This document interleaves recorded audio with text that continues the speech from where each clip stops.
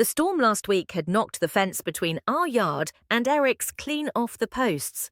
Mark had mentioned fixing it, but like most things lately, it became one more thing on the list he never got around to.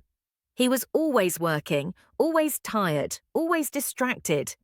I stopped reminding him.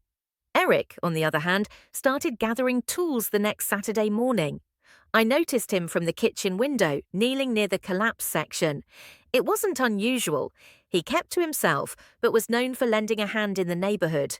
His quiet presence had a way of making people feel like they owed him something, even if he never asked for anything. I went out and offered to help, not because I wanted to, but because something inside me didn't want to keep waiting on Mark. Eric looked up, gave a small nod, and handed me a pair of gloves. There weren't many words exchanged at first, just the sound of nails, the occasional grunt of lifting, and dry grass brushing against jeans.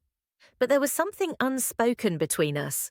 The kind of ease that only exists when no one is trying too hard. He wasn't flirtatious, he wasn't loud, just present. I didn't realize how much I missed someone simply being present. I told him how Mark and I bought the place, thinking it'd be our forever home. How we used to sit on the back porch every evening and plan trips we never ended up taking. Eric listened without reacting much. When he did speak, it was to ask about practical things, measurements, wood types, which parts of the fence were salvageable. Still, every now and then, his eyes would linger just a second longer than they needed to, and I noticed. By the time we'd finished one side, my shirt clung to my back with sweat and the sun was dipping. He handed me a bottle of water and we sat on the ground for a few minutes. I asked about his ex-wife. I don't even know why. He just looked like someone who wouldn't give you a rehearsed answer. He said she left because she wanted more noise in the house. I didn't ask what that meant. I didn't want to hear it out loud. It already sounded too familiar. I told him I missed who I used to be, that sometimes I look at my life and wonder when I stopped being part of it. He didn't respond, just looked at the broken part of the fence still lying on the ground. Something passed between us in that silence, heavy and wordless. I got up and brushed the dust off my jeans, thanked him, and walked back inside. Before I closed the door, I turned to glance at him one more time. He was still sitting there, still quiet, still looking like he knew something I wasn't ready to admit. The next morning, I told myself I wouldn't go back out there, told myself it was just a fence.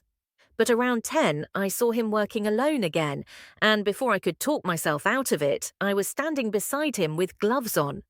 He handed me a plank without saying a word, and we fell into a rhythm like yesterday had been paused, not ended.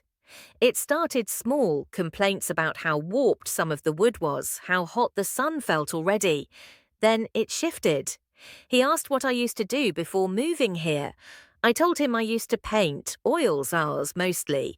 Nothing professional, just something that made me feel like I existed outside of errands and routines. He said he used to write, not books, just things for himself. Then he stopped, said eventually his words started sounding like echoes. I knew exactly what that felt like. We talked about plans we abandoned, about how dreams shrink when no one asks about them anymore. He said something about silence being loud when no one fills it with meaning. I wasn't sure if he was talking about his house or mine. I asked why he never remarried. He looked at me and said, "Because people don't always know when they've already made the best mistake of their life." I didn't ask him to explain. I didn't want to. My glove slipped while holding a nail. He reached out to steady it, and his hand closed over mine. It wasn't dramatic, just warm, still. I didn't pull away. I couldn't. He held it for a second longer than necessary. Then, in a voice barely louder than breath, he said, "You don't have to pretend you're happy." The world stilled. I don't know how he knew. Maybe it was obvious. Maybe I wasn't hiding it as well as I thought. Maybe it was just the way I kept showing up. I didn't respond, couldn't. I let go of the board and stepped back, but my legs felt strange, like they belonged to someone else. I nodded, like I understood something neither of us had said out loud. Then I walked back into the house, shutting the door softly behind me. Inside, everything looked the same. The clock ticked, the sink dripped. My phone buzzed with a message from Mark saying he'd landed safely. I stared at it, thumb hovering over the screen, then turned it face down on the counter. I couldn't stop hearing those words, not the way he said them, but what they meant. The permission inside them, the terrifying truth of being seen. I stood in the kitchen, hands still shaking, wondering how one whisper could make everything I've been holding together start to come apart. I stayed inside for 3 days. I told myself I was busy, tired, that the weather was too hot to be out fixing anything, but really, I just couldn't face him, couldn't face what that whisper had undone. Mark came back late Sunday. He brought me a souvenir mug from the airport gift shop and kissed my forehead like I was a kid he was proud of. I smiled, said thank you, and set it beside the others I didn't use. That night, he fell asleep next to me within minutes. I lay awake staring at the ceiling, counting the spaces between his breaths, wondering how long I'd been drifting away and how quietly it must have happened for neither of us to notice. Monday morning, I found Eric's toolbox leaning against the back gate. It was like it had been waiting for me. I picked it up and carried it to his porch. He opened the door before I knocked. We stood there, neither of us speaking. Then I said it. Too sharply, too loud for the moment. "We shouldn't talk like that again." He didn't flinch, just nodded slowly and said, "I wasn't trying to ruin anything. I just don't believe in pretending." I didn't have a reply, not a real one. I told him he had no idea what went on in my marriage.